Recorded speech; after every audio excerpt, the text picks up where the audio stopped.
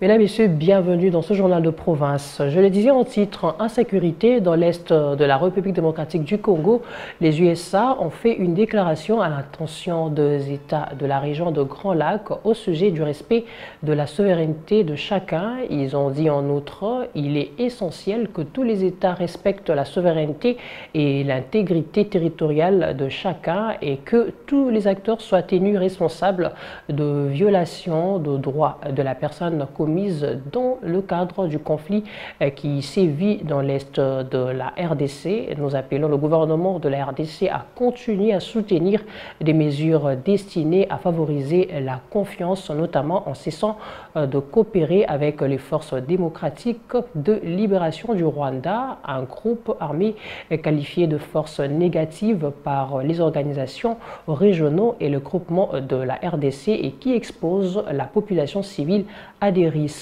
À cela, le gouvernement rwandais exige aux Américains de détenir leur position face à la guerre de l'Est, déclaration faite ce 17 février 2024 en ce moment.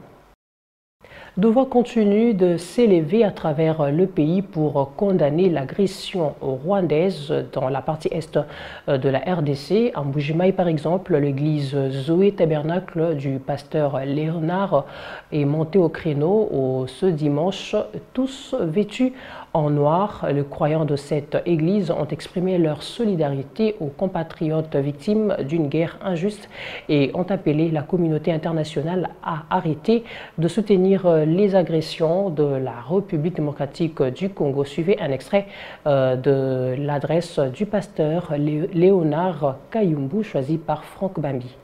Nous nous sommes résolus aujourd'hui devant le monde et toute la communauté nationale de dénoncer d'une façon claire et dans les termes sans embâche cette agression méchante de la part de nos voisins qui ont un seul motif de s'accaparer des minerais du Congo. À nos voisins de l'Est, nous demandons de respecter notre pays, de cesser cette tradition éhontée d'attaquer par les armes nos concitoyens, de tuer les civils, de violer les femmes, les jeunes filles et de nous donner incessamment des spectacles de bébés pleurant sur le dos de leur mère morte, tuée par balle ou autre arme. Nous disons non. Non! Nous disons encore non. Non! Nous disons très fort non.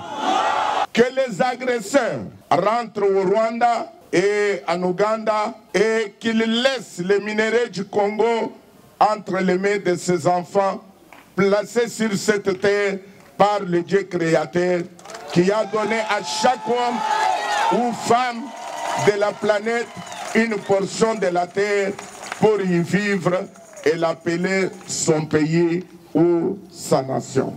Ce jour, unis par le sort, à travers notre destin national commun, convaincus qu'on se libère que par la lutte, nous nous levons unanimement ce jour, comme Shamgar, avec un aiguillon à bœuf, comme David, avec une fronde contre les Philistins, comme Reine Esther, face au génocide planifié contre son peuple.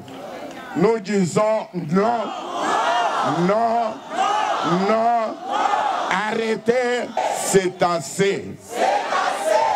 Et à la communauté internationale qui les soutient de cesser immédiatement